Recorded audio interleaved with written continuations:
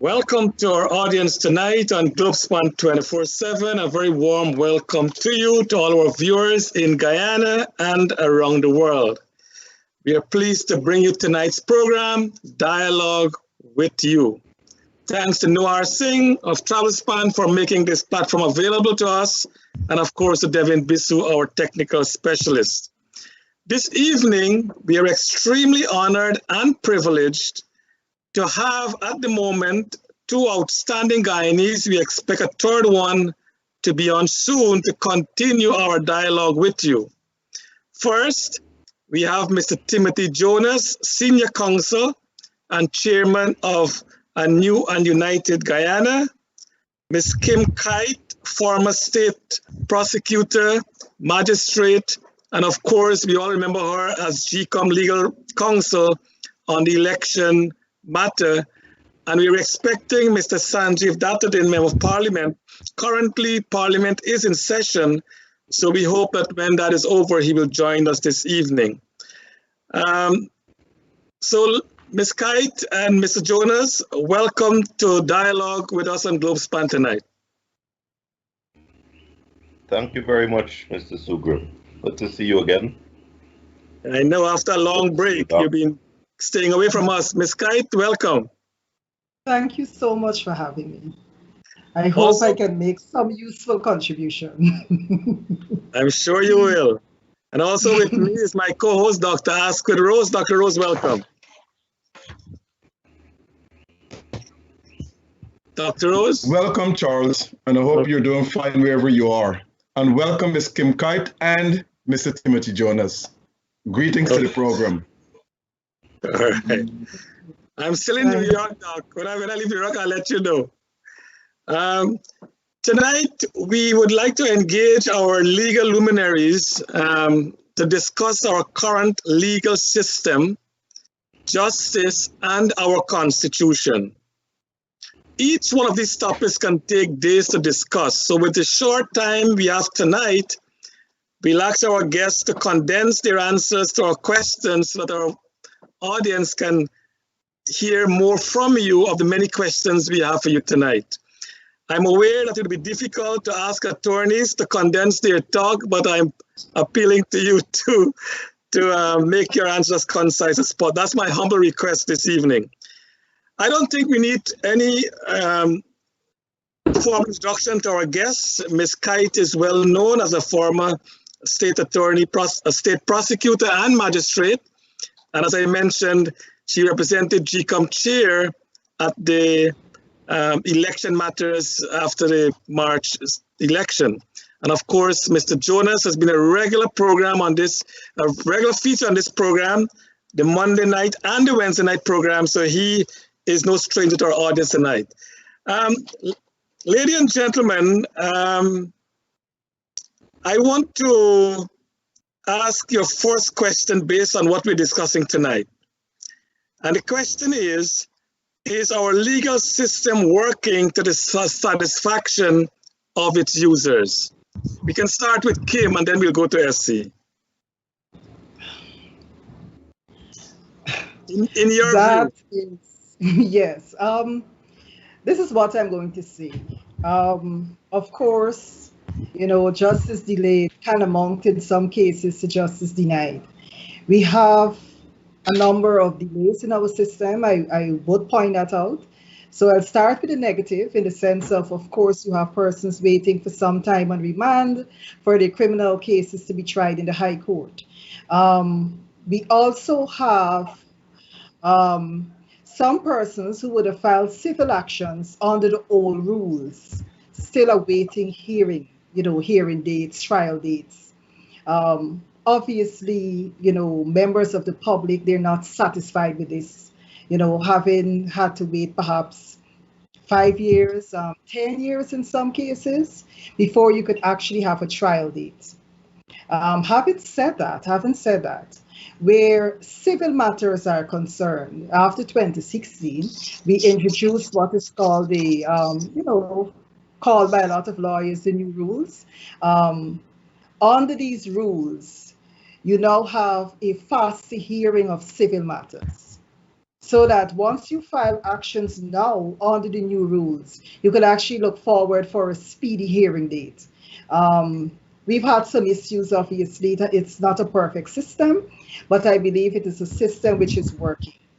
The other, I believe, the other amendment or the other introduction has been the family court rules, which has led also to divorces, which would have been delayed once they were contested. They would have been delayed for some time in the system.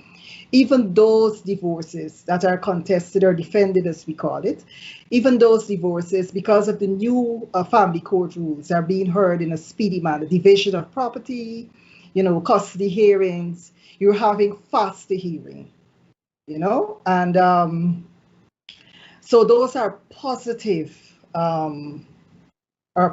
developments, and positive contribution to our legal system. So if it is working, I think the question is, if it is working to bring satisfaction to the users, it depends perhaps on when you would have filed your matter. If it was after 2016, then yes, you're getting a faster hearing. Prior to that, at least in the civil arena, some persons are still waiting on hearing dates. So obviously they would not find the system satisfactory, or they would perhaps say it's not working at all. So it really depends on those factors.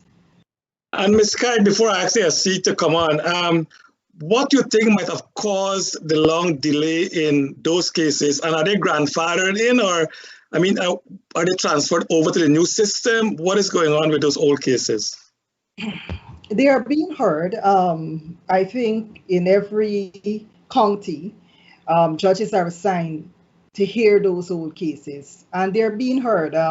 What has happened is that some courts would actually try to transition them under the new rules so that you're allowed to file witness statements, and these things all contribute to having a speedy hearing of the matters. So a serious attempt is being made, I believe, to have those old matters, even those old matters, for them to be tried faster than what would have, obtained under the old rules alone. Thank you, Kim. And Mr. Jonas, as senior counsel, does that silk what you carry, does it give way to ensure that our legal system works to the satisfaction of its users, to ensure, as Kim was saying, delayed cases and so on? What can you do as senior counsel to ensure, if what Kim says, I'm sure what she said is true, what can we do to ensure that the system works for the people who are supposed to be part of it? That's an interesting twist to the question, Charles. That's like asking a doctor what can he do to make sure everybody's vaccinated, or asking a mechanic what can he do to make sure all cars are working on the road. When you're a cog in the wheel, you're a cog in the wheel. I don't think you can point to any single policeman to say what can you do to make sure no one ever commits crime in the country again. But I like the approach Kim took. I agree with her. You got to separate criminal from civil, and you also have to understand that people's expectations often are based on a misunderstanding of what takes place in court and what the purpose of the court is. The new rules were introduced in 2016, which really revolutionized the speed in which matters are heard and got rid of a lot of the old difficulties. But even under the new rules, I remember doing a matter in 2017 where from beginning to end, we had a full trial, and the client had a judgment in 8 months, which to me was proof of how well the system worked and how smoothly it was going and the efficiency of the judge. And the client still at the end of it said she would never do this again. It's not worth the effort. So sometimes people's expectations may not be realistic. The court is not there to help any one side. It's there to hear both sides. And you can't have a fair hearing unless you hear both sides. And that necessarily takes time. So once your expectations are realistic, I think that we have to give credit where it's due. We have the hardest working group of judges that I have seen in my years at the bar, led by the hardest working Chief Justice I have seen in my years at the bar. There are a couple exceptions. There are a few who still have the old culture, but for the most part, you have seen a complete change in the dynamic, a determination in the judiciary, which is where this has to be pushed, to get these matters moving, get them out, have judgments handed down so that litigants, whether they're happy or not, have a result of their litigation. A number of changes were made, which helps that along. The change in the rules, of course, meant that a lot of technicalities were removed, so that clever lawyers were no longer able to point to some procedural defect and have your case thrown out. There is a much smoother and simpler process through the court system.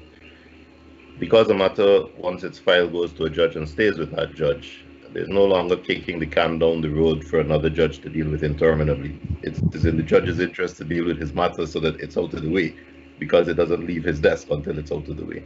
So that's important as well. We passed an act called the Judicial Review Act, which, interestingly enough, was proposed and tabled before 2015 and needed litigation to be passed after 2015 because both governments in turn felt it gave too much power to the judiciary to review the actions of government. And that act has done a lot to help vindicate people who feel aggrieved by actions of the state, actions of the police, actions of the state bodies. That has been very useful. There also has been passed legislation to require that judges deliver decisions in 6 months. Well, that maybe has not been adhered to as closely as it should, but I would be the first to say that the judges have their hands full. You see, it's easy to talk about sloth, but if you have a complement of 15 judges for the whole country, where a country like Trinidad has more than twice that number, Jamaica 3 times, then you have to understand that you have to give the folk who are in the job the tools to do the job. And you simply do not have enough judges for what we are trying to do. If the Court of Appeal needs 3 judges to sit, and you have 3 Court of Appeal judges, it means you have 1 Court of Appeal to hear every single appeal filed in this country. You must have a bottleneck there, and you do. So you will wait years for your appeal to be heard. So it cuts 2 ways. The system has improved. Over the last 5 years, I can say for the first time in my civil practice, we are meeting the needs of the society. We are beginning to raise our heads in pride, but we need more judges. We need more Court of Appeal judges. And we also need for our judges to have security of tenure. We have an acting Chief Justice, we have an acting Chancellor, we have an opaque and misunderstood system of appointing and confirming judges. We have a dogfight as to how the Judicial Service Commission is to be appointed and to operate. So as soon as politics gets into the fray, it spoils it. And if we can separate politics from those processes, I think that the future looks bright in terms of the legal system in civil. Criminal is a different story. There are still people languishing in jail, in the lockups, waiting for trials. It takes too long. The sloth is apparent. The DPP's office still has the bad habit that if they do not have enough evidence to prosecute a case this year, they put it off to next year rather than acknowledging that they can't convict and letting the accused go. We still, in our judgmental way as a society, cry foul if somebody gets bail without understanding that the system is not there to lock up someone who hasn't been convicted. The system is there to ensure fairness for everybody, accused as well as victim. So the criminal side of things needs work, but it is certainly better than it used to be. Very good. Thank you, Tim. And before I ask Dr. Rose to come on, is the same thing happening in the Magistrate Court as well? I mean, around the country, the same delays, or are they more efficient? You being a former magistrate, What is going on with the Magistrate Court? The Magistrates Court, in terms of the civil matters, I believe they're heard faster. Because many of the civil matters are really landlord and tenant. Those are dealt with, speedily. The criminal matters, especially the serious ones like the preliminary inquiry and, perhaps the gun offenses or the narcotics, those can take some time. And again, too, you have to measure that against the fact you have one magistrate sitting and how many matters are being filed and, assigned to that magistrate. So you have to measure the workload of the magistrate with how fast justice is dispensed, how fast you get a decision and perhaps a sentencing or a dismissal of the case. So those are factors which have to be taken into consideration. That's a great question. But before, again, sorry, Dr. Rose. I know judges have assistant that helps them along the way in terms of writing their decision and so on. Does a magistrate have that, that help from? No, as far as I know, unless the system has changed, as far as I know, the magistrates don't have any what we call judicial assistants in terms of research officers. In Trinidad, the magistrates, I know for sure, the magistrates have judicial officers attached to them who do their research and assist them. In the High Court, in terms of the High Court judges, I am not sure that every judge has an assistant either. All right, I believe a judicial officer, I could be incorrect, but as far as I know, I think they share. So if you have the judges already burdened with all these matters to deal with and decisions to give, and then, they don't have any, or they have limited assistance in respect to research, these things obviously would contribute to delays because the judge has to do himself or herself. So we have a long way to go. Dr. Rose? Yes, good evening. Ms. Kim Kite, even though my colleague Charles said that you're well known, I don't think you're well known because I did not know anything about you before that case in the CCJ when you defended GCOM. Can you give us the background of yourself? Tim is already well known, so I will not ask Tim the same question.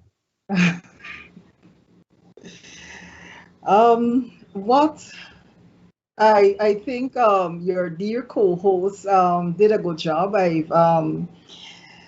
I've practiced as a state counsel. I was attached to DPP's chambers for about 3 years, and then I went on to the bench in the lower court. That's the Magistrates Court. I've been in private practice from 2007, and then I did a brief stint at the AG's chambers for about 18 months, and I'm back in private practice.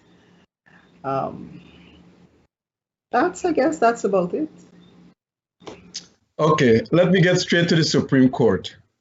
Somewhere I read the Supreme Court has 2 divisions, the Guyana Court of Appeal and the High Court. Can either one of you or both of you explain to our listeners tonight what are the functions of each of these systems? Start with you, Timothy. Okay, if you go most to the Caribbean, you'll find they have 2 tiers. They'll have the High Court and then they'll have the Court of Appeal.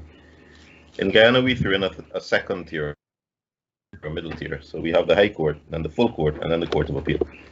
I think the intention, and ironically we lose sight of this in Guyana because we've sunk so low.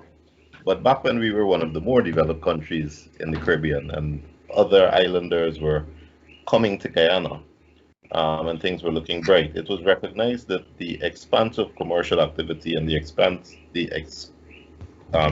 of litigation would probably increase.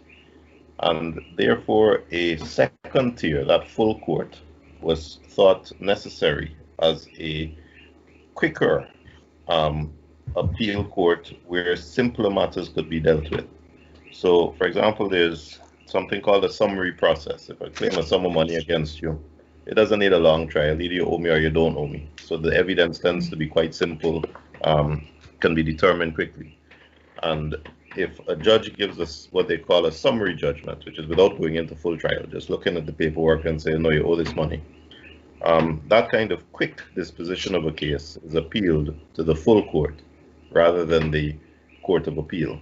So that second tier of appeal was intended to ease the workload of the Court of Appeal, which then could focus on appeals from the larger, more involved matters where there was a full trial.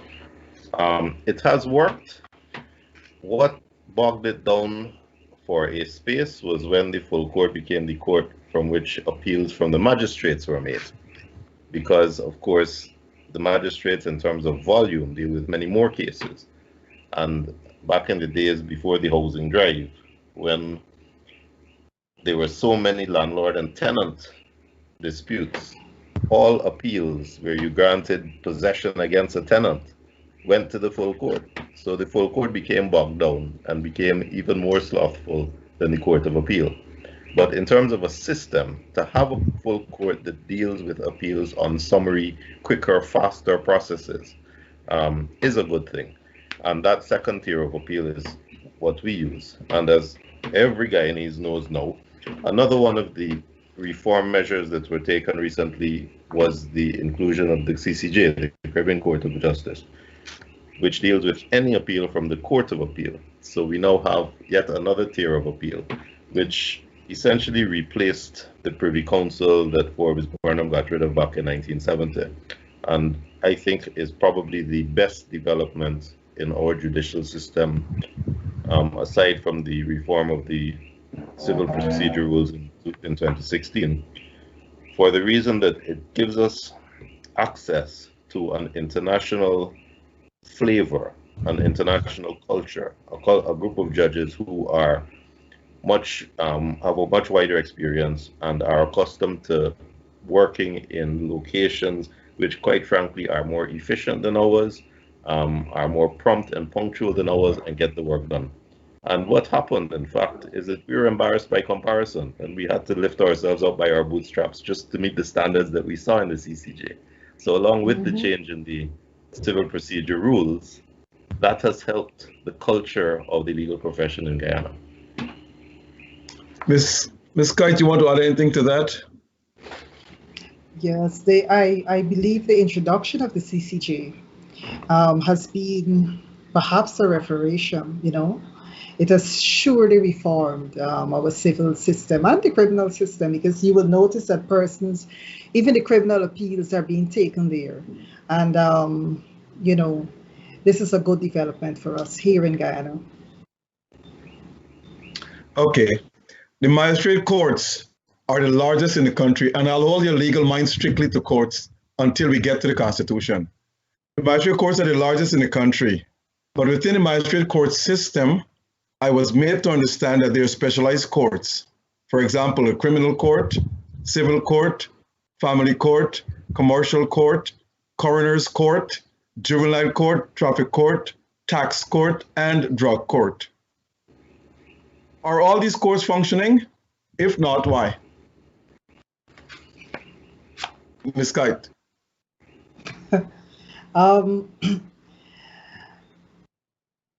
I know some of the courts which you call are indeed functioning. The landlord and tenant court is functioning. Of course, the civil jurisdiction of the magistrate court functions, and the criminal jurisdiction. There is also a drugs court which was started recently. As far as I know, that is functioning also. We also have the juvenile court, which has been active and functioning. So as far as I know, most of the courts which you call have been functioning. I'm not too sure about the tax court. I don't know, Timothy may want to deal with that. I'm not too sure about that one. But most of the other courts which you call, they're functioning as far as I'm aware. You, Timothy, why do we need a drug court in Guyana? Drug court, you say, Euclid? Drug, yes. That's what I read. Well, there's no specialized narcotics legislation that there didn't used to be long ago to meet the evolving needs of the society. I have a view about it. I think that our narcotics legislation needs to be revised. needs to be revisited. Our problems in that area are different from the problems faced in the first world, and I think that the legislation needs to be geared specifically to deal with our problems. We're a transshipment area. We're not a consumption area. And the legislation needs to target where our social problems are and how to fix our problems. But because there is specialized legislation and because of the prevalence of the crime now, there does need to be a specialized court. And I know that in Georgetown there are areas, but I am not a criminal lawyer, so I'm going to ask you not to press me for more detail on it. Okay.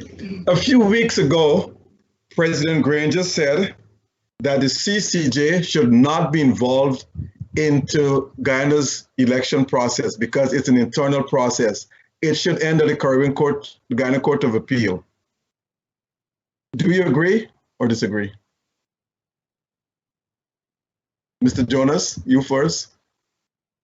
Well, that's utter rubbish. Back in 1970, in a case called Brandt and the Attorney General, the applicant sued the government, which was then run by Forbes Burnham, for wrongly acquiring property without giving fair compensation. And this went all the way to the Privy Council, which ruled that the government had acted unlawfully. Now, no one can say that the Privy Council, those judges sitting in England who have probably never been to Guyana, were influenced by politics in Guyana or sided PPP or APNU. These are independent judges doing the job up there, but the government of the day didn't like the fact that they were independent judges who would hand down a judgment without fear or favor and regardless of political preference or persuasion. And therefore the response was inevitable. Mr. Burnham removed the Privy Council as our last court of appeal. He made the Court of Appeal a court which he could control because the judges are appointed by the Judicial Service Commission, which at the time were appointed by him. He made that the final Court of Appeal. He removed the then Chief Justice Laku, who he saw as too independent a figure, and replaced him with somebody else.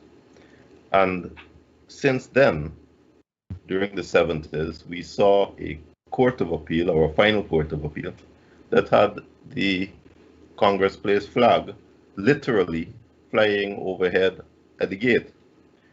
Now, that is an unacceptable situation. Judges must be independent, the court must be independent, and if there is any taint or appearance of political persuasion, there is a problem. So the best thing that has happened to Guyana is the advent of the CCJ. I challenge any Guyanese to say that the judges of the CCJ give a damn about politics in Guyana or favor one side or the other side, or are anything other than independent souls applying the law. And the same cannot be said with the same safety, with the same confidence at lower levels, because anytime a judge gives a decision in Guyana, half of the country will rampage that the judge is politically biased, and the other half will say the judge is wonderful. But you don't get that to the CCJ. So for any leader of this country to say that we must remove the CCJ, which is exactly what Burnham did back in 1970, is alarming and needs to be opposed at every single step. Ms. Kite? I obviously cannot agree with that statement. I believe the CCJ gives a kind of independence to decision, or independence in their decision making, which Guyanese really should treasure. Tim is correct that sometimes when we see decisions coming from our own courts, you have the back and forth and, who is somehow affiliated with this side or that side. The CCJ brings to that, or brings to the decision-making process, independence, because it will be difficult to point to any of the CCJ judges to say that they're somehow affiliated with one political party or the other. it gives us, as Guyanese, that kind of confidence, or I should say, more confidence in the judicial system and in judicial decision making. I believe it is one of the best things which was done in respect to our hierarchy of courts, to place there, another level for the testing of the decisions by our lower courts. All right, so I certainly cannot agree with that statement. I believe the CCJ has been, and when you look at their decision making in respect to Guyana, this has been an excellent development. Having said that, both of you have tried several cases in front of the CCJ, most recently last year during the election saga. Do you think the CCJ judges are biased, that has been the opinion of some, or they're naturally fair and rule and apply the law according to the Constitution? You, Ms. Kite. I have found them to be fair. I have dealt with quite a number of matters before the CCJ. I have found them to be fair. They have not ruled in my favor at every decision. I've had some unfavorable decisions by them. But I believe that they apply the law as they see it. And that is a final court. And I've had to accept those decisions because that is a final court. So I've never found them to be biased. Mr. Jonas? Oh, my good friend Ms. Kite is very modest. Most lawyers will say when the court disagrees with them that regrettably the court has been sadly mistaken. But I agree entirely with what Ms. Kite says. Appearing in the CCJ is an experience that is different from appearing before the local courts. You can have 5 or more judges asking you questions. The interaction is wonderful. At the end of the day, you get a decision that is sound. I have written articles disagreeing with their treatment of land law in Guyana. And you will not always agree with them. That's fine. But one thing you can never say is that a decision is given that goes against a logical argument. Any decision they give, they can defend. It's solid, it's legally sound, and you may not like nuances, you may not like trends, you may not like the reform, but it is an excellent court, and it has transformed the legal system in Guyana. And it would be a tragedy to think that that court could go. Mr. Charles Sugrim, over to you. Ladies and gentlemen, we want to take a short commercial break. This is a very interesting. Kim, Timothy, what you mentioned there about the days of Burnham controlling the judiciary, I want to come back and address that a little before we move on. So we'll be back shortly after a short commercial break. Just stay there. Thank you. Are you ready for the first ever Travespan Curry Duck Curry competition in Punta Cana, DR, along with cricket and Tassa, brought to you by Travespan, allforonesupplier.com, Dave's West Indian and Abby Tunes Radio. Your all-inclusive getaway includes non-stop flights, 4 nights hotel, resort services, unlimited food, drinks, and exciting live entertainment, including Tassa, Marissa, DJ Sean, Randy, NRTG, and me, Terry G, the Bangali Babu, alongside surprise guest performers. Call Travespan 212-243-0865 or book online at travespan.com. Punta Cana, Dokore, Punta Cana, Corridor, get on fire! All from One Supplier has all your favorite meats and fish. We also have lamb, bangameri, goat, hassa, blue crab, butterfish, kingfish, snapper, and much more. In addition to our meats and fish department, we also have halal meats. So shop online today at allfromonesupplier.com with free shipping within the United States for all of your regular meats, fish, halal meats, and West Indian items. Globespan 24/7 continues its efforts to serve the communities. The platform provides for all sides to air their views and discuss solutions. Viewers in Guyana and across the world are participating in these discussions. Globespan's platform offers Guyanese an opportunity to express their concerns and discuss solutions in the political realm, thereby addressing the polarized situation. Discussions also include social ills, such as alcoholism, domestic violence, and suicides that have been plaguing the people. The Globespan 24/7 platform connects the diaspora and the world with Guyana. So become a supporter of Globespan 24/7 today by clicking the badge icon on the lower right side of your screen. For only $10 a month, you will be a supporter of Globespan 24/7 initiative and have a badge displayed on your Facebook profile. Help us to continue to serve the communities.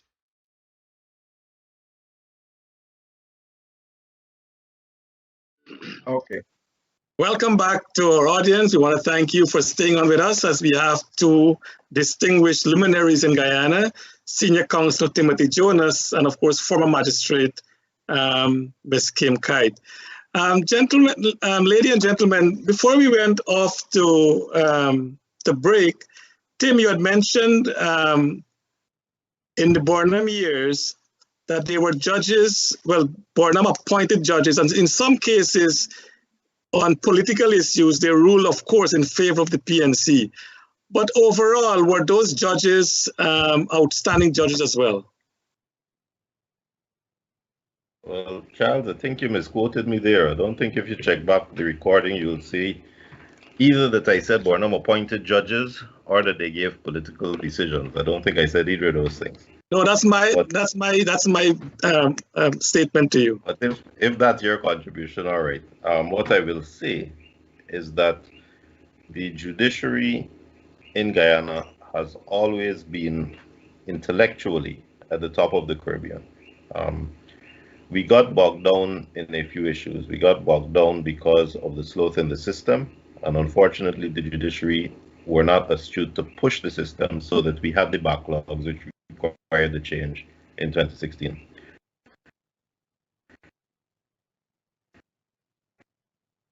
We have lost Tim there.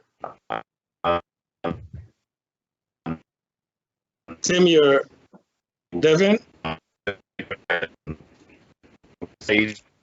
Just give him 1 minute to reconnect. To erode the independence of the judiciary. One example, you see, you don't need the stick, you can use the carrot. You give national awards, Order of Raymond, Crown of Honor.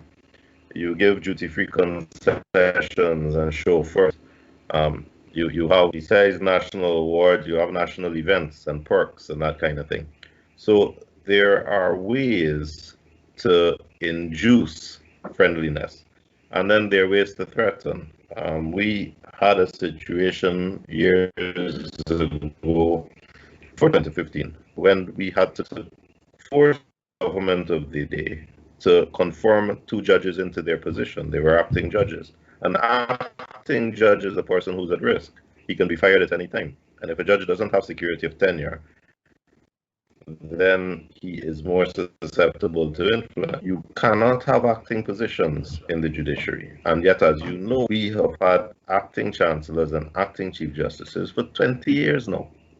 Now, that is unacceptable, and yet we accept it.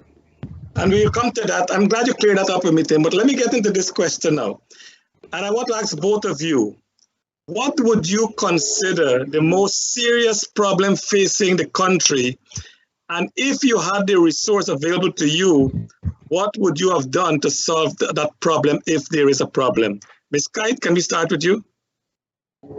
I will ask you to repeat that question, the first part. What would you consider the most serious problem facing our country?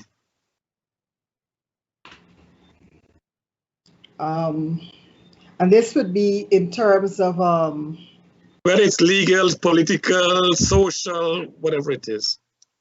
Oh, that's a hard one, because I think we have so many issues.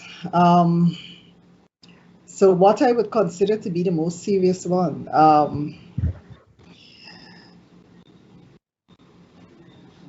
What about domestic violence? Domestic violence? Violence is present, yes, but you know, to me, some of it may be political, in the sense that, during the last elections, that was a very difficult time in the aftermath. That was a very difficult time for Guyana. And there are certain political issues which I think must be addressed. So that is serious. Of course, the level of crime is another serious issue facing Guyanese. Of course, we're also still dealing with the pandemic and the consequences of that. And of course, within recent time, we've had to deal with flooding. So there are so many issues that I believe are very serious. Which would require, in some cases, may actually require for us to perhaps even our laws. In some cases, I believe we may need amendments where some of the issues which we saw flaring up after our last elections that may call for certain types of amendments. So to me, there are many. There are many issues where the violence and where the crime is concerned. That will call also for perhaps intervention in some cases at perhaps parliamentary level. Timothy did mention in terms of the Narcotics Act, we may have to look back at at some of the offenses and how we categorize it and how we determine bail for those offenses. So it's many problems. Too much. I Right? would consider. And I'm sorry I hit on it so hard. But Tim, is there any one problem you think facing our country that need to be addressed? And if you had a resource, what would you do to address it? What a question. Charles, everything in life is about you and money. So every policy has to do with improving the life and improving the state of the pocket of our citizens. Everything's about money. The ancient Greek philosophers said, and it's true, that if you give a man a house and a wife so that he has something to protect and a farm, he's not going to go out on the road and riot and kill and steal. When other people are rioting and killing and stealing, he'll be home protecting his house and his wife and his farm. And I think that's very important. We have people who are dirt poor and who get no relief from the state. We have people who are educated and can't find jobs. We have people who are struggling and are taxed out of existence. We have people who are sick and can't get medical care. People who are old and can't get NIS or have to line up every month interminably for some pittance at the post office. We have to fix those social structures so that people have hope. So if you're asking me what I would do, there's a lot that I would do. From the smallest thing, let's start with the small things. Charles, this needs more than an hour to talk about. I know. We got dogs, cows, horses running around on the roads. Now, that's just one aspect of how our society has deteriorated, and we haven't even been able to maintain the standards that the British left us. We have laws on the books that require you to have a license for your dog, a brand for your cow or horse, and to have dog catchers and animal catchers who get money to find animals that are straying or animals that are not licensed and make it worth their while. So we need laws that if you got a dog, you must have a license. You must pay $10,000 or $20,000 or $30,000 a year for that license. So it will make sure that you got your dog spayed, well treated, and under control. It will also mean that you have enough money to pay the animal catchers to catch the stray dogs so that people not running into them nighttime like we saw at Fort Wellington last night. Small things like that. And then you got big things. We got foreigners coming into the country doing jobs. That's well and good because they have the expertise. But we talk about local content and have no idea how to treat with local content. We need a separate tax structure so that a foreigner pays a different tax regime than we pay. If an engineer who's coming from abroad to work in oil and gas has to pay 1/3 of his salary just for his visa and then pay income tax, the Guyanese engineer is competitively at an advantage because he doesn't have those extra burdens and he can compete advantageously and get the job. So the tax structure needs to be reformed. We got to get rid of this sense that our politicians are some deities who can drive around in luxury vehicles while we have to drive 1500cc economy cars. So we have to change the tax structure on vehicles. That will encourage business. Businessmen won't have to go to the government to ask for a tax break so that they can make the investment. Because as soon as a businessman has to go to ask for a tax break, he is subject to the whims of the government and there's unfair and unequal treatment. Charles, you asked a question there that requires 3-4 hours to answer. So I've only given you 3 examples, but I can go on if you're patient. And I think you and Kim handled it really great. I know we can go on and on, that's true. I want to ask you, this is a yes or no question. To you first, Kim, have you ever contested an existing contract before the court?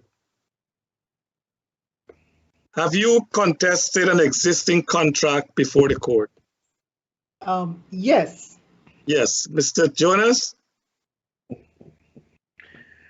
Are you getting to ExxonMobil, Charles? Because that question is not legally framed.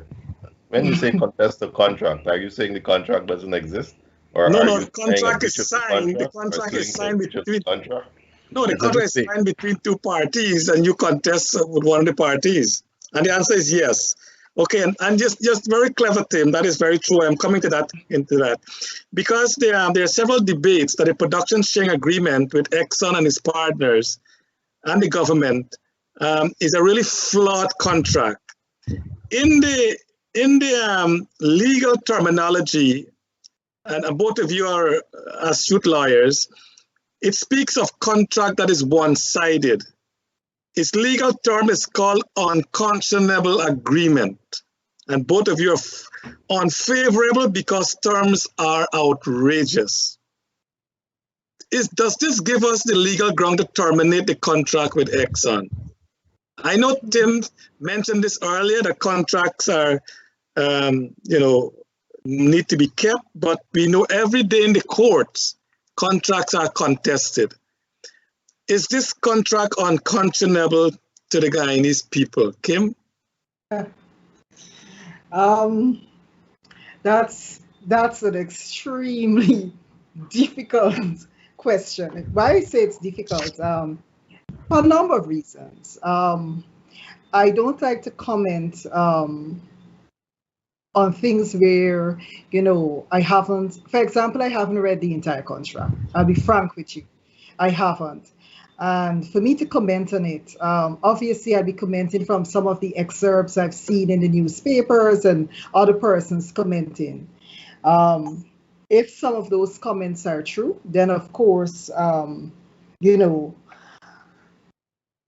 perhaps some of the clauses are unconscionable.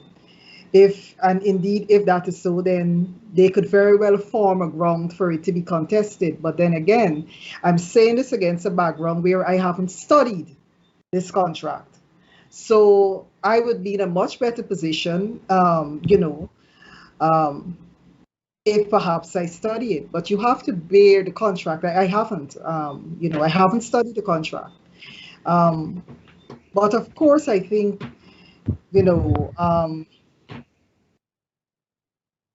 when contracts, one of the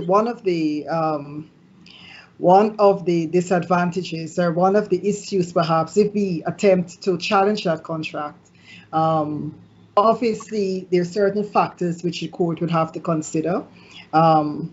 the bargaining powers of the parties, whether the parties had equal bargaining power at the time. Obviously, the fact that it's a signed agreement, and one of the principles in contract law, generally, you're bound by what you sign. But there are exceptions to those rules. And, one of the exceptions would be, of course, if you had issues of duress, you had inequality of bargaining powers. These are factors which the court would take into consideration. But I believe that the contract should be studied and should be studied closely to make that type of determination whether it should be challenged or not. All right, I'm not saying that it cannot be. I certainly don't believe that because, I have challenged contracts and, I believe it is something which can happen. But again, we should study it and, make that type of decision, I believe, at another level. What say you thou, Mr. Senior Counsel? I'm afraid this time I got to disagree with the premise that Kim uses.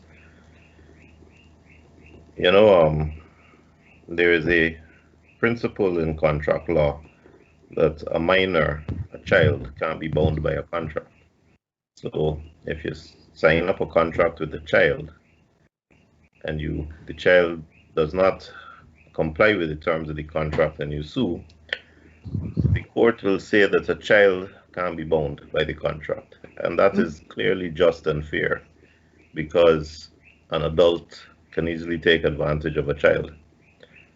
Now, I'm an adult and Dr. Rose is an adult. And if I have a $5 million car and I agree to sell it to him for $1 million, how on earth can I come back later on and say, I no longer want to sell to you for $1 million. I changed my mind because I now think the car is worth more than $1 million. We've entered our contract. I've agreed to sell for $1 million. He's agreed to buy for $1 million. And we're bound by that contract. I'm an adult and he's an adult. So are we saying that Rockwell Trotman and company and the government were children? I would be embarrassed on behalf of Guyanese to try to argue that some company had duress over us or more knowledge over us, or that a whole government did not take the time to understand the contract, read the terms, get expert advice if they needed it, so that they signed a good contract. If you sign a bad contract, you're stuck with your contract. And I don't see a way around that. Now, that being said, government always has a lot of leverage. And there are often legal, lawful ways to achieve the desired end result without going back on your contract. So it may be that a tax regime can be introduced. VAT, for example, VAT on sales of oil. Oil is something sold in Guyana. Is VAT payable, or is that one of the many things that we have agreed to forgive in the ExxonMobil contract? I don't know the answer to that.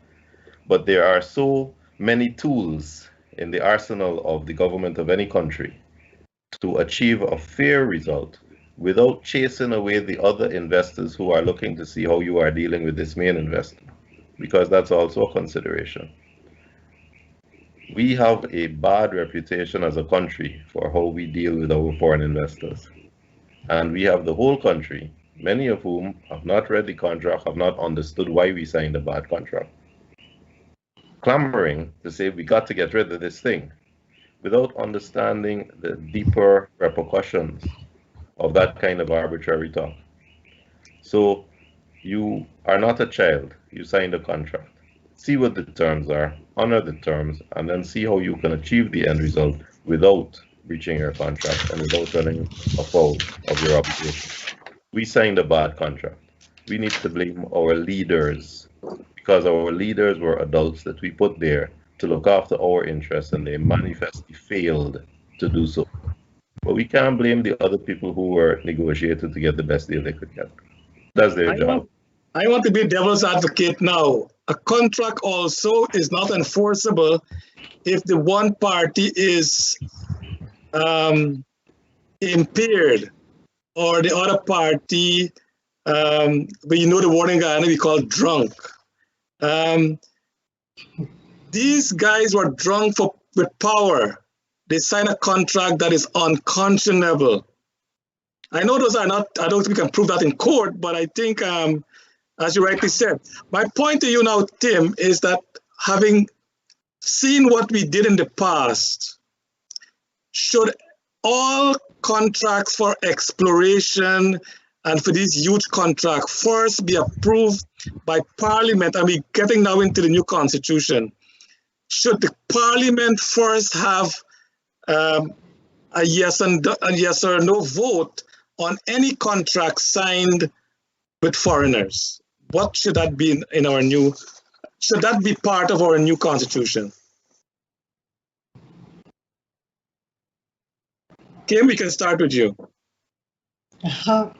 That would obviously be a good amendment to the Constitution, you know.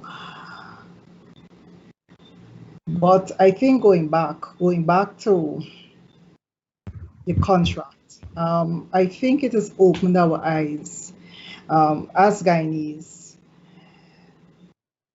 about the seriousness that we should place when we're going into these negotiations. And this is beyond negotiation. This is now a contract, you know, a binding contract.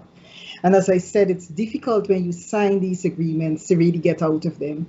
And I believe it's an eye-opener to us as Guyanese to treat with the resources of our nation, all right, in a very serious manner. This is not your personal transport, you know, or your title that you can do as you want with it. And even if it calls for, and these matters should not only be dealt with at a political level, in the sense of, you know, whoever is in power,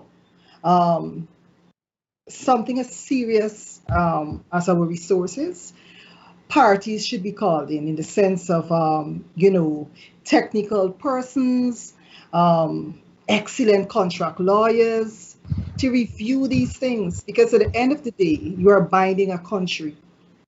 This is not a personal arrangement. You are now binding a country, and then it becomes difficult when the consequences flow and follow.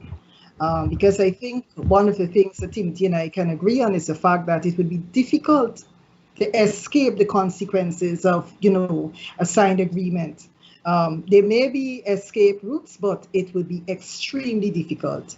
So, you know, going forward, whether it is we need parliamentary intervention, when certain types of contracts are being, you know, the government of the day may, you know, want to pursue certain types of contract. If it is that we have to amend the Constitution to put certain checks and balances in place, whatever is needed, as a people, I believe, as a people, there should not be one political party. As a people, because we're all seeing the consequences. As a people, we should unite to ensure that we put the requisite checks and balances in place to ensure that we will never enter into a contract which can have these unfavorable consequences for us ever again. But that could only happen if we unite as a people. Thank you, Kim. Tim, should all exploratory and foreign contracts or agreements be first ratified by Parliament in a new constitution? Charles, every time that kind of suggestion is raised, I have to ask the question, how do you propose to achieve that? You want to change the Constitution, where are you going to get 2/3 vote from? Where are you going to persuade? Well, we do it like 1978, a referendum. Do you know how to do that? How do the 6 people on this panel, 5 people on this panel, go and have a referendum? That's why we have you and Ms. Kite here tonight to tell us that.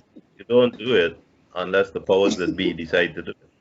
So if you want to talk about changing the rules, you got to go to the people who made the game, and the people who made the game like these rules. So as soon as someone says, let's change the Constitution, let's change this, let's change that, my question is how? The people who are in power like the rules. You see, we talk about the ExxonMobil contract. But ExxonMobil isn't the only company that was given oil blocks. And when people forget about companies like JHI, who quietly got oil blocks, other companies who got and resold at a profit, companies that had nothing to do with oil, but got a kickback, got a favor, resold, made an enormous profit, quietly disappeared. And this is done because the minister at the time, whoever the minister was, could make that decision on his own without oversight, because the powers that be like it that way. That is why we found out about $20 million signing bonus after the fact by accident. The powers that be, even after that change, liked it that way.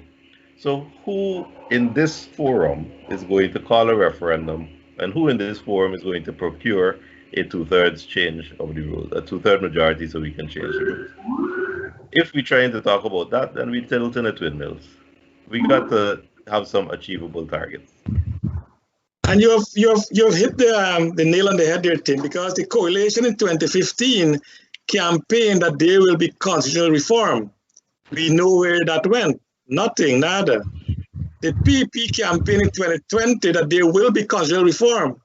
We are approaching the first anniversary, and all we are hearing is that a bill will be sent to Parliament to begin the process.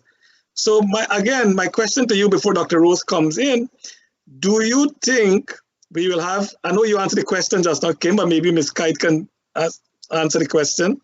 Do you think we'll have any meaningful movement towards a new constitution if there is ever a change or amendment or a new constitution? Ms. Kite, what is your view? Again, Tim has mentioned clearly, if the two sides don't agree, there's nothing going to happen. And in my belief, I believe what Tim says too. But what do you say? For the Constitution to be amended, obviously, you would need the involvement of both sides. Certain parts of the Constitution, they're so entrenched that you need a 2/3 majority. So in some cases, you need a referendum. All right, it's only some cases that an amendment could happen by a simple majority. So you would actually need, for us to have these types of constitutional amendments we're talking about and alterations, you actually need both sides of the House to work together. And that is what I was hinting at when I was talking about, certain types of contracts like Exxon and so. You would actually need our politicians to come together and work. All right. And I don't know how possible that is in the near future.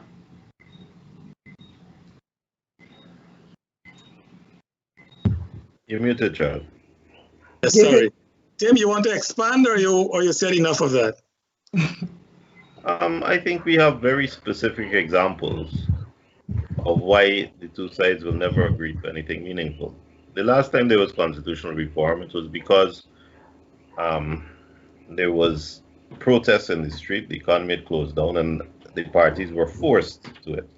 But even having been forced to it, what constitutional reform took place? One change was the president can only sit for 2 terms, not more than that. That was eagerly accepted by both sides because both sides got young, ambitious party members who want to be president. They don't want to see Chetty and Janet sitting down there for 20 years. They want their turn. So they got their way. You have to look at the motive and the reason for these changes. We will see constitutional reform. You know what we're going to see? I'm going to call it no, and I'll place a small wager if you wish. The reform will be that a member of parliament who has been appointed by you or by the leader of the opposition may not vote against your wishes unless he informs you first. He may not cross the floor, because that act of treachery decentralizes power and is worrying when the split is so narrow. Because even today, all you need is one man to cross the floor, one woman to cross the floor, and you have all hell breaking loose. That will be the constitutional reform. Not for the good of the country, but to ensure that power is consolidated within whichever of the two parties is in power. So let's see if I'm right about that. Okay, Dr. Rose, you have a lot of questions on constitutional reform. Let's go. First of all, I strictly want to disagree with Mr. Jonas in terms of animals. I'm an animal lover. Leave the cows alone, let them walk the face of the earth, any place, wherever they want to walk, and do not impound them. We do not impound people for walking the streets, and you tell me a dog needs a license. Do we give ourselves license or give our children license? So leave the animals alone and don't impound the animals is taking away the human rights or the animal rights. So leave the animals alone. They're free to roam the earth. End of story on that one. Now, I want to go back to the Constitution and the judiciary and the legal system. The Constitution provides for 3 independent branches of government: the parliamentary, executive, and judiciary. But many have contended that over the years, the judiciary is not independent.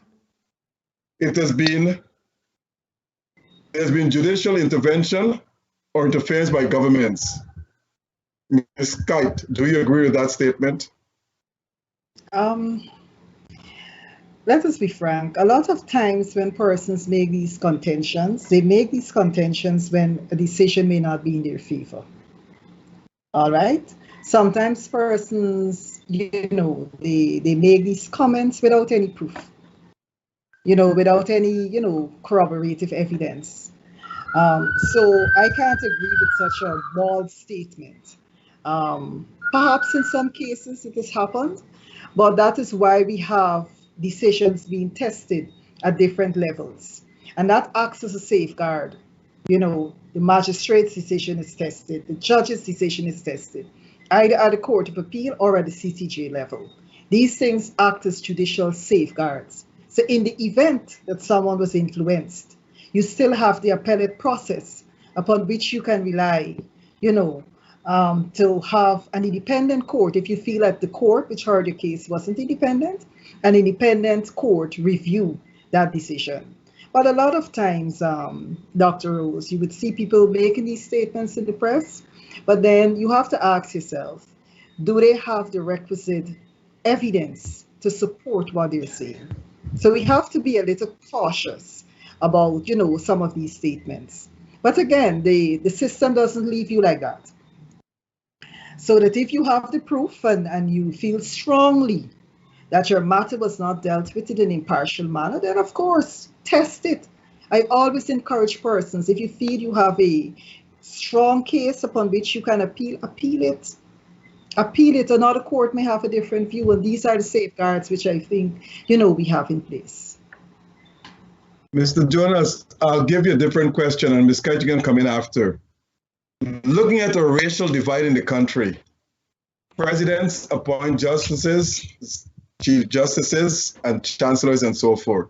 But do you think those appointments should be made in Parliament by 2/3 majority? So that not because you have 1 seat majority, you can go ahead and appoint that person, but by 2/3. This means that both parties, all the parties have to agree in order to vote and accept that judge or justice. Do you agree with that? I think that it's possible to be too bureaucratic, Euclid. And again, before this program started, we were talking about our parliament. And if you got 33, then what are we agreeing on?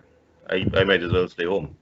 So to put added pressure on our parliament in the 2-party system, where the majority government, no matter how much you protest and fight and quarrel, at the end of the day you vote and they win, you haven't changed much, have you? So I agree with you. We need a system of independent selection of our judges. And that is clear. For me, in terms of promotion of the judges, advancing the judges professionally once they are already judges, I think perhaps that could actually rest within the legal fraternity itself. Perhaps, in the States, as you may know, many of the judges in the different counties are elected. Maybe it's for the judges themselves to decide which of them they would like to see as Chief Justice, which of them they believe should go up to the Court of Appeal. It certainly shouldn't be on the basis of seniority alone. But within the profession, we know who's good. We know who's deserving. And Kim is right. Outside of the profession, and I'm sorry to say it, but it's the truth, and I'm not going to mince words about it, there is not that level of discernment. And there are often baseless allegations, baseless accusations made by someone who didn't like the decision. The thing with a court, and this is what people miss, a court is conducted in public. Anybody that wants to see what's happening can go and sit down. They can see the evidence. Both sides are heard. Both sides have the right to representation. In fact, in criminal courts, if you can't afford a lawyer, the state provides a lawyer for you.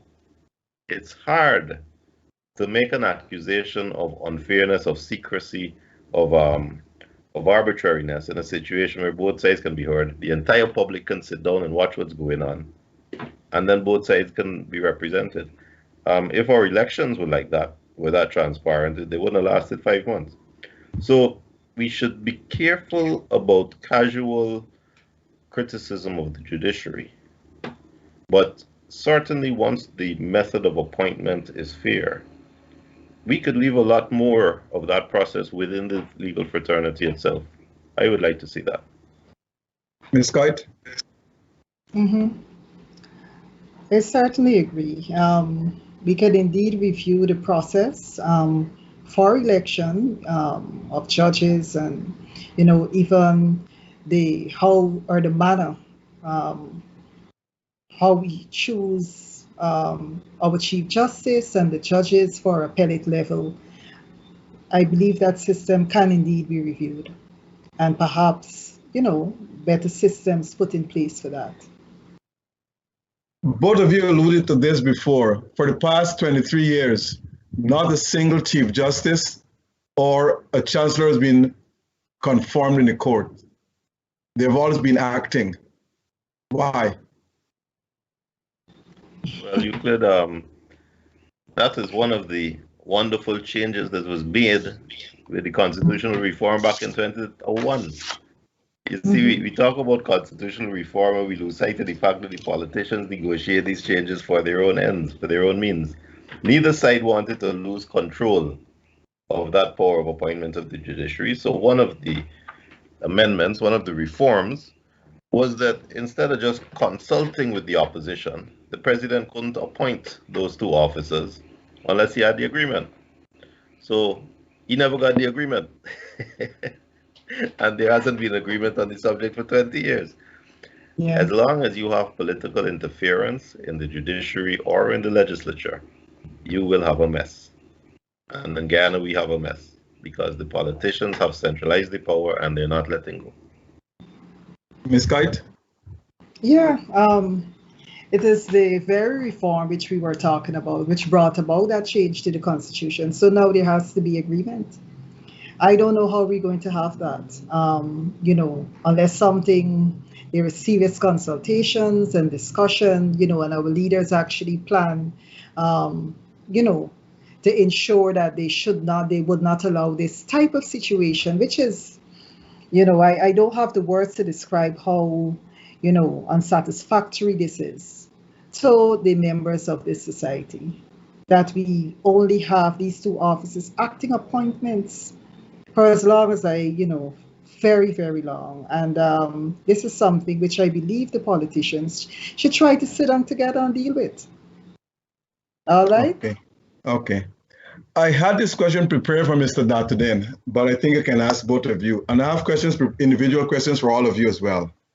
In 2019, Mr. Datadin said that in order for the court to be more efficient and effective, a number of administrative deficiencies must be addressed. Do anyone of you know what are those deficiencies, if there are any? Mr. Jonas? Well, speaking as a civil lawyer, as I said, we've already seen a radical reform and a tremendous improvement. Now, speaking in 2019, a lot of these changes had already been implemented, although possibly the full beneficial effects hadn't yet been felt.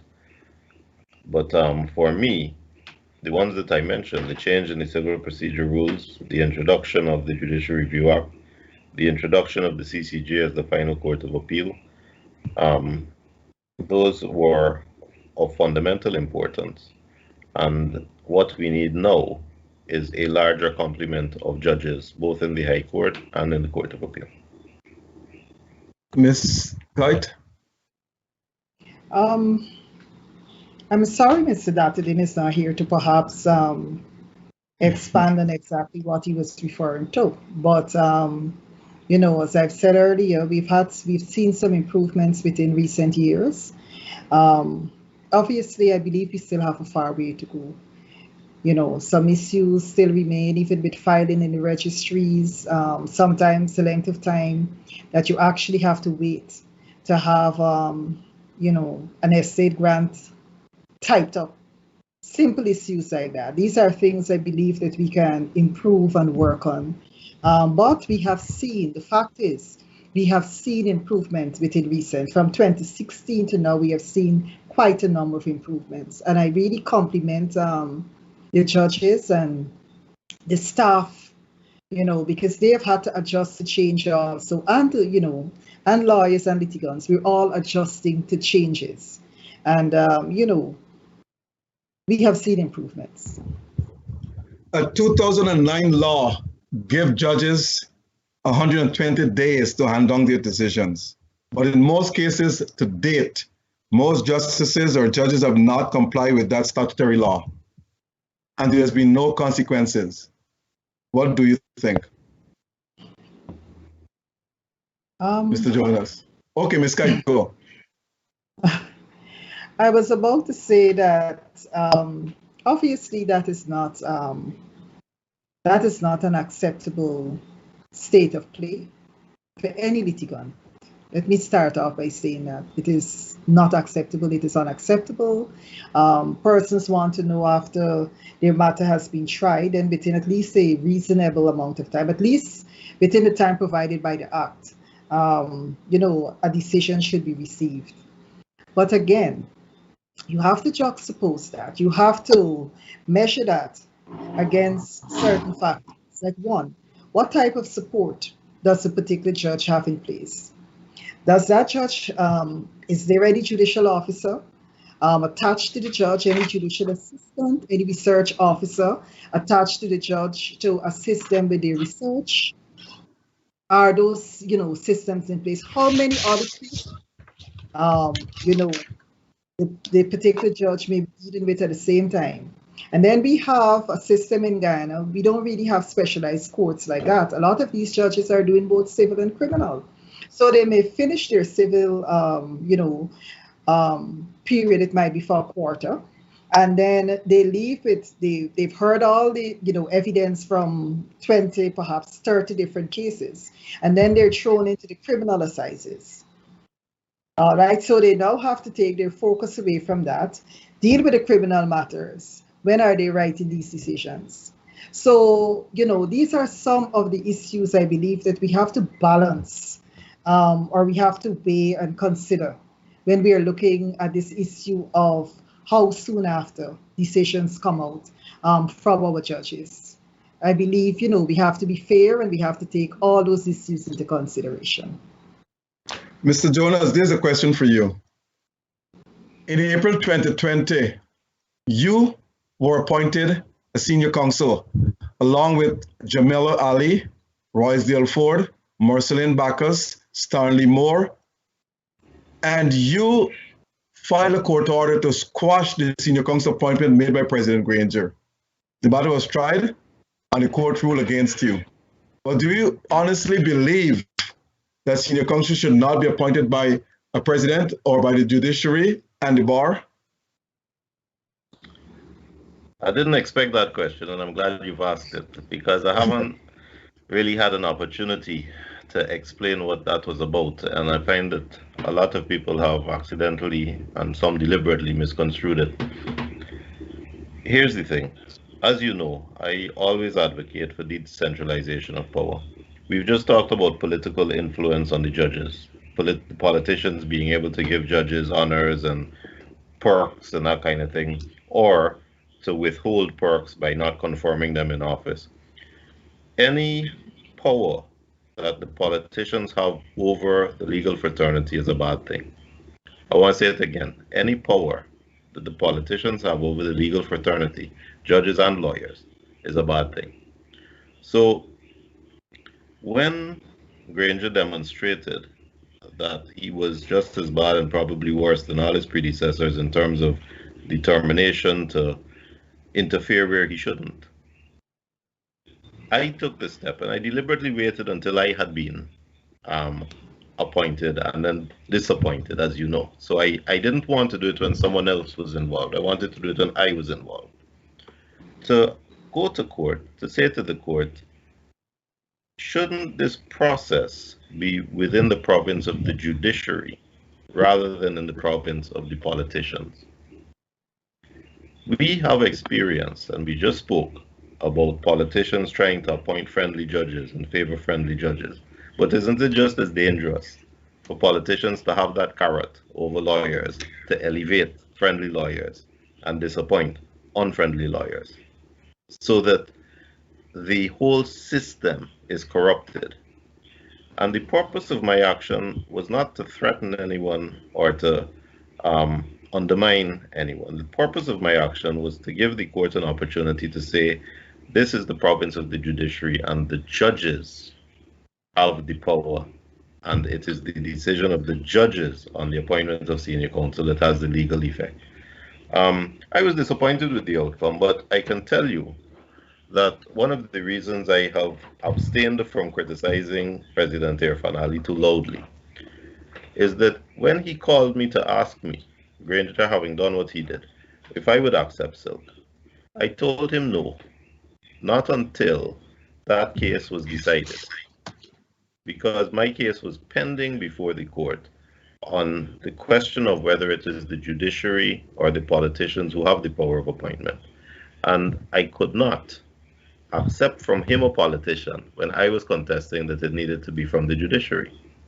And he told me that, first of all, he would await the outcome of the case, which is the one condition I made.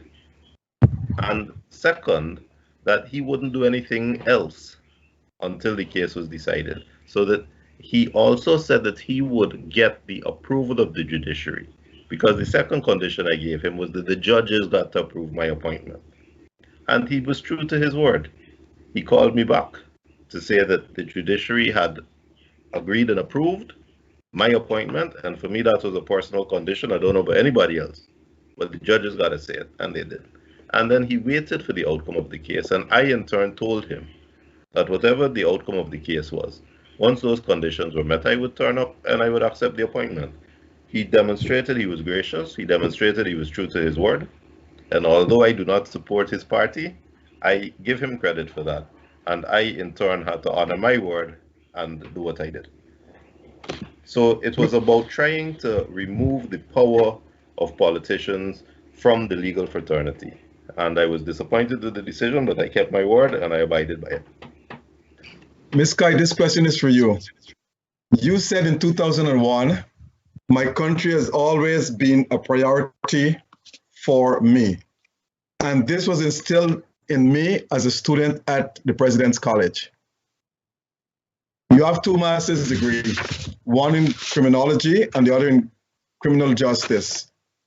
You have been a state prosecutor, a magistrate, and a solicitor general. What else is next for you to accomplish?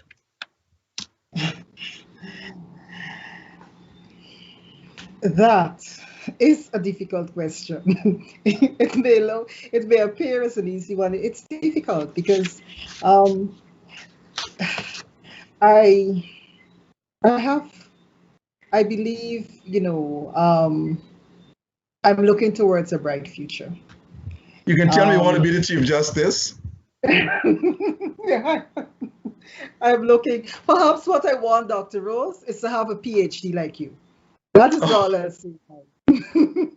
I'm asking about the legal profession.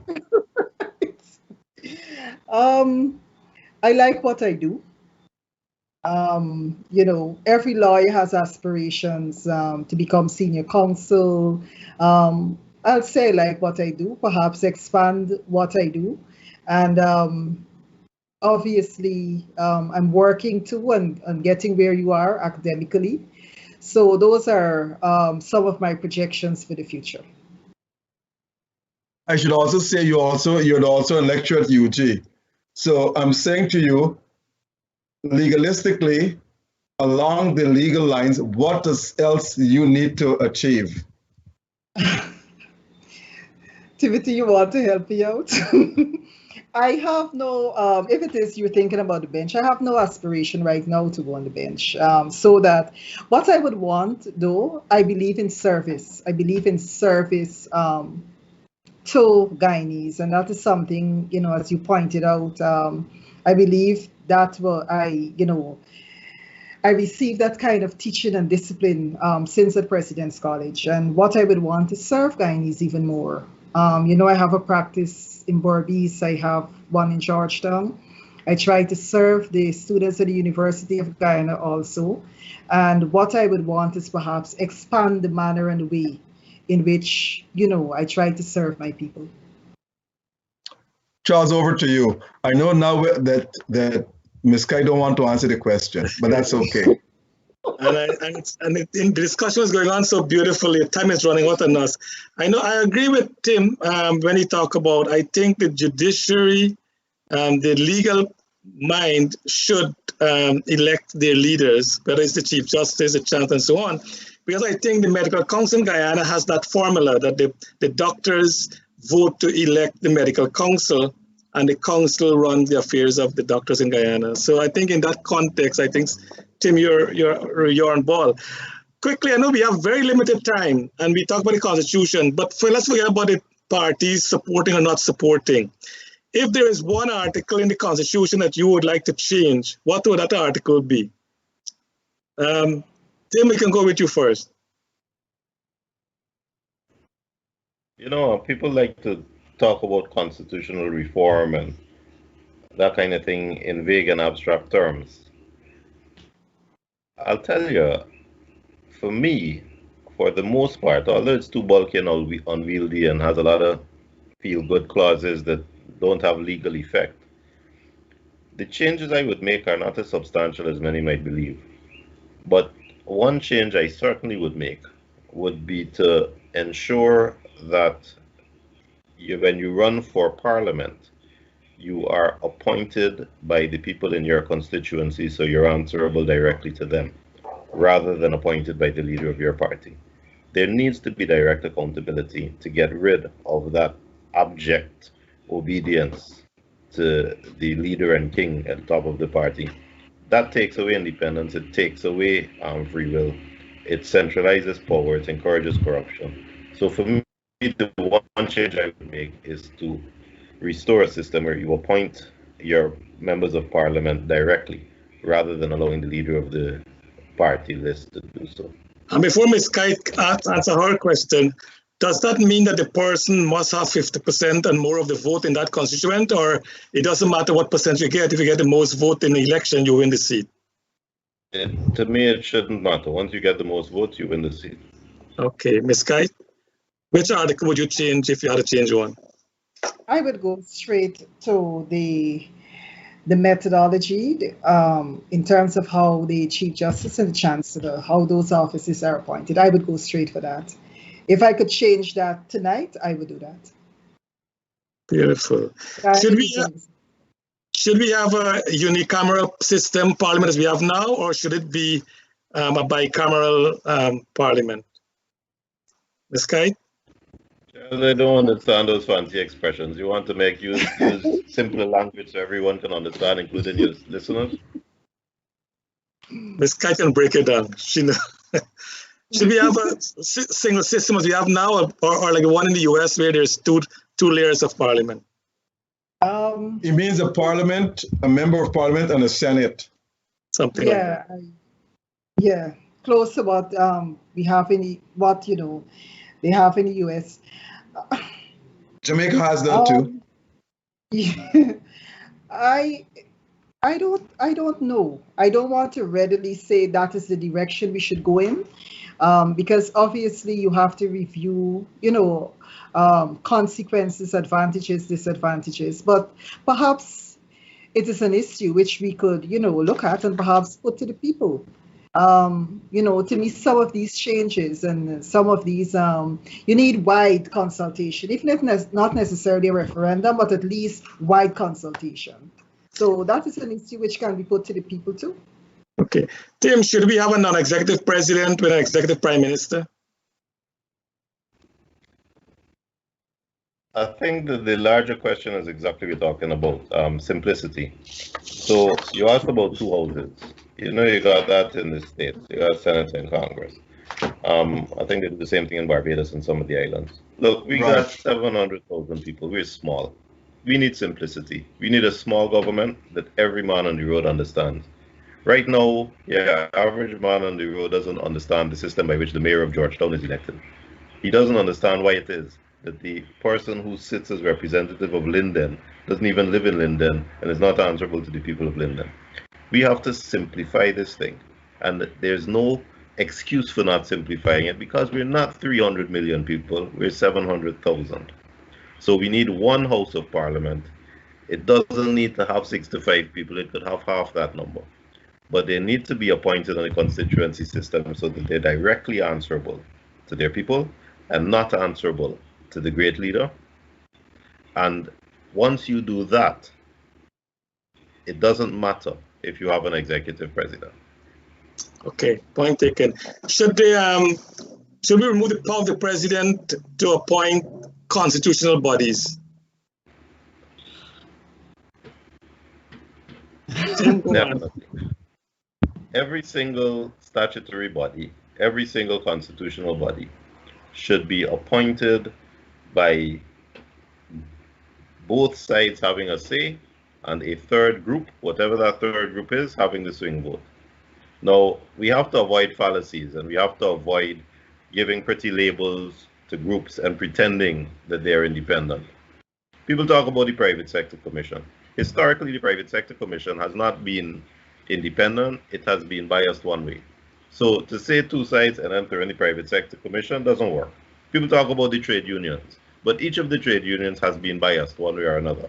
So we have to cut through the noise and find a way where both sides have a say in these appointments and both sides are represented.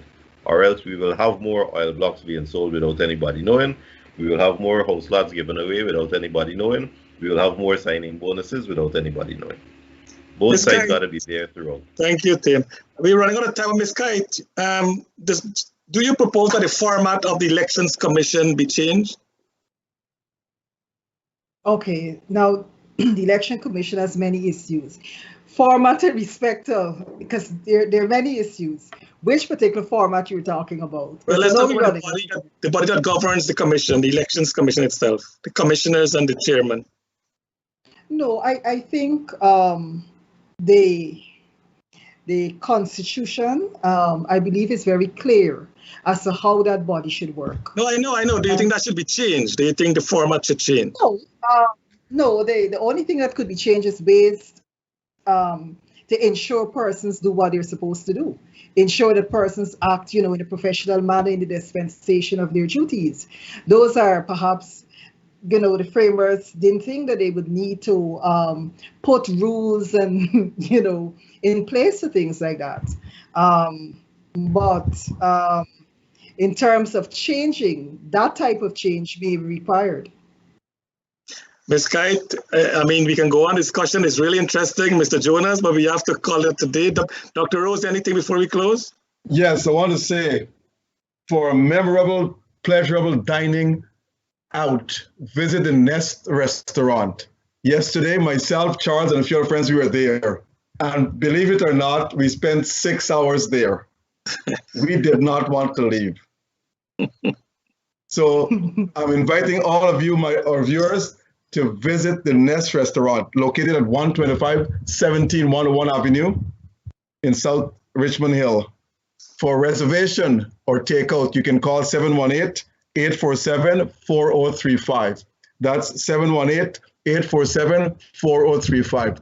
Visit the Nest restaurant and you will never ever forget the pleasure of dining out. Now, one final question to both of you. What do you think you all will do to improve the legal system in Guyana? Or what should be done to improve the legal system in Guyana? And that's a short question. More judges. More judges, okay. Yeah. More judges and more assistants. More judges.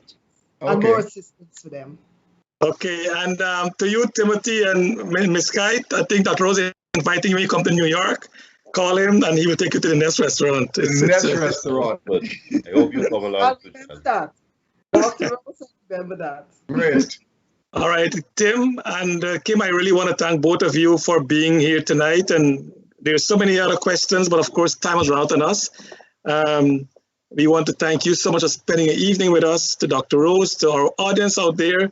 I think the audience was very attentive tonight. They like what you were saying, and we hope and we pray that what you guys talk about our system of the justice system will improve. As you said, with more judges, like Trinidad next door has many more judges than us. Jamaica has 3 times our size. So I guess having more judges in the system will help us to go through this hurdle that we might have had. So I want to thank you both again for being here tonight. And to our viewers out there, thank you. God bless our country. And both Mr. Jonas and Miss Kite, whenever you come to New York, just give me a call. Because Sanjeev wasn't here tonight, we're going to splurge and I'll send the bill to him at the Nest restaurant. It was a pleasure. At the Nest restaurant. You will pick up the tab for not being here tonight. What was that? Thank you, Jeffrey. I said it was a pleasure. And I was Okay, thanks. It's been a long It's time. a pleasure having you all here tonight. A very pleasurable discussion, and I'm happy that you all came on. Thanks a lot. Thanks. All right. Take care, everybody.